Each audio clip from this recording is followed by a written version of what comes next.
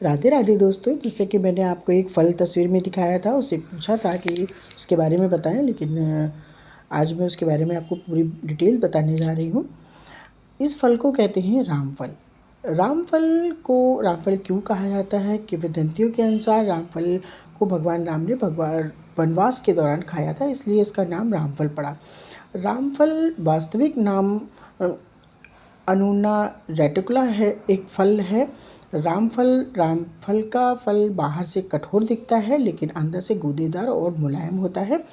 फल के अलावा इसकी छाल, पत्तियों और जड़ भी काम में ली जाती हैं। इससे दवाइयों के अलग अलग दवाइयाँ बनाने में इस्तेमाल किया जाता है।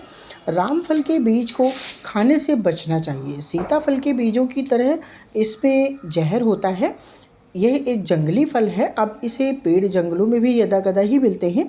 किंवदंतियों के अनुसार रामफल का भगवान राम ने वनवास के दौरान खाया था, इसलिए इसका नाम रामफल पड़ा। यदि आपको रामफल खाने को मिले तो इसके बीजों को आप संग्रह करके सफ़र के दौरान बारिश में इन बीजों को जंगलों में फेंकते जाएं, जिससे इस फल को विलुप्त होने से बचाया जा सके। रामफल के गूदे में हल्की मिठास होती है। इसमें एंटीऑक्सीडेंट तत्व होते हैं जो एंटी एजिंग का काम करते हैं। रामफल के गूदे के सेवन से पाचन तंत्र ठीक रहता है एवं आंतों को स्वयं सफाई होती है। स्वास्थ्य लाभ: रामफल में भरपूर मात्रा में विटामिन सी होता है, जो प्रतिरक्षा प्रणाली को बढ़ावा देता है, त्वचा को स्वस्थ रखता है और घावों और कटों की मरम्मत में सहायता करता है। फल में पोटेशियम की अच्छी मात्रा होती है, जो शरीर को इलेक्ट्रोलाइट संतुलन को नियंत्रित करने, मांसपेशियों की वृद्धि को बढ़ाने और शरीर को अपशिष्ट को संसाधित करने की क्षमता में सुधार करने की मदद करता है। पुस्तक भारतीय औषधि पौधों के अनुसार रामफल के कई पारंपरिक स्वास्थ्य लाभ हैं। पत्तियां कीटनाशक,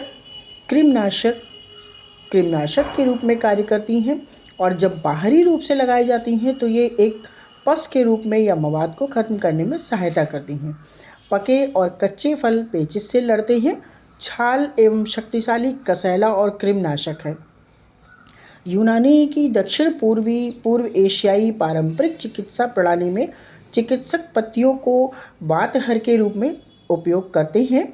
जिस प्रकार सोरसोप के पत्तों के अनेक स्वास्थ्य लाभ हैं, उसी प्रकार रामफल भी उन अनेक लाभ हैं।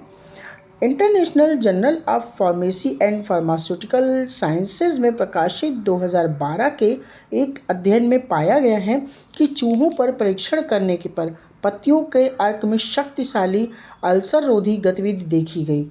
Asian Pacific journal of tropical medicine में प्रकाशित 2012 के एक अध्ययन में पाया गया कि पत्तियों और छाल के अर्क में एंटी डर्मेटोफाइटिस क्षमता होती है, इसलिए इसका त्वचा सौंदर्य प्रसाधन में भी उपयोग किया जाता है।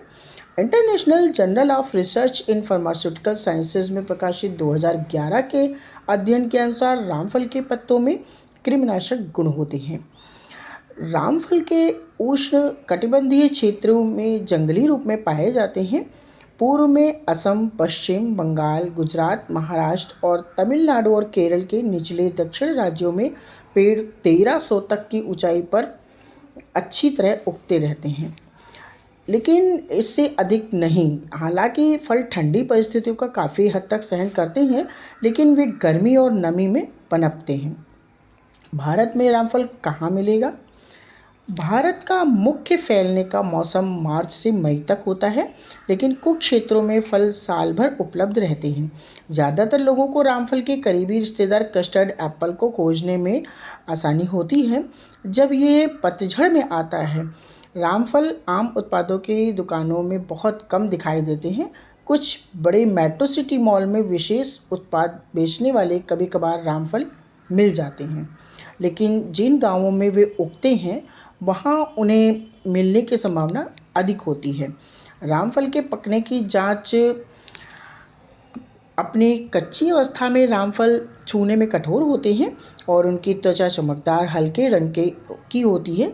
जैसे जैसे वे पकते हैं, फल अपने आकार के हिसाब से भारी लगते हैं और नरम हो जाते हैं। पके हुए रामफलों का बाहरी रंग काफ़ी भिन्न होता है। कुछ हल्के पीले भूरे रंग के होते हैं, जबकि अन्य गहरी बैंगनी रंग के होते हैं। अन्य पीले रंग के रहते हैं, जबकि कुछ एक सुंदर लाल रंग में बदल जाते हैं। रामफल का स्वाद कई मामलों में चीनी सेब जैसा होता है। इसका स्वाद मलाईदार होने के साथ साथ थोड़ा दानेदार भी होता है। खास तौर पर छिलके के सबसे करीब रामफल का स्वाद हल्का मीठा होता है, जैसे कस्टर्डी केले। राधे राधे दोस्तों, उम्मीद है आपको रामफल के बारे में जानकारी पसंद आई होगी।